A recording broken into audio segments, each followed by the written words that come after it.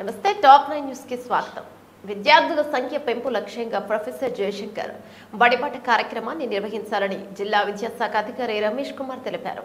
మంగళవారం ప్రొఫెసర్ జయశంకర్ బడిబాట కార్యక్రమంలో భాగంగా పెద్దకొత్తపల్లి మండల కేంద్రంలో విద్యాశాఖ ఆధ్వర్యంలో నిర్వహించిన ఇంటింటి ప్రచార కార్యక్రమంలో డీఈఓ రమేష్ కుమార్ పాల్గొన్నారు. సందర్భంగా మాట్లాడుతూ ప్రభుత్వ పాఠశాలల్లో చదివే విద్యార్థులకు ఉచిత యూనిఫామ్, పాఠ్య పుస్తకాలు, నోట్ బుక్స్, వర్క్ బుక్స్, మధ్యాహ్న భోజన సౌకర్యాలు కల్పిస్తున్నామని డీఈఓ రమేష్ కుమార్ తెలిపారు. ప్రభుత్వ పాఠశాలల్లోని మెరుగైన విద్యతో పాటు విలువలను అందిస్తుందన్నారు.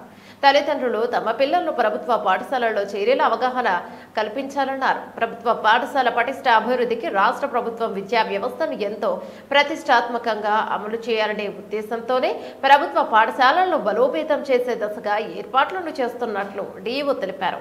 ఇంటింటి ప్రచార బడిపాట కార్యక్రమంలో బడిఈడు పిల్లలకు ప్రభుత్వ పాఠశాలల వసతుల కరపత్రాన్ని పంపిణీ చేశారు.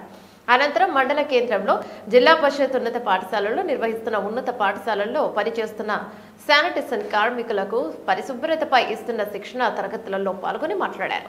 పాఠశాలల్లో పరిశుభ్రతకు అధిక ప్రాధాన్యతనివ్వాలని, పాఠశాలలో చదివే విద్యార్థులకు ఎలాంటి ఇబ్బందులు లేకుండా మూత్రశాలలు, పరిసరాలు శుభ్రంగా ఉంచాలని డీఈఓ సందర్భంగా సూచించారు.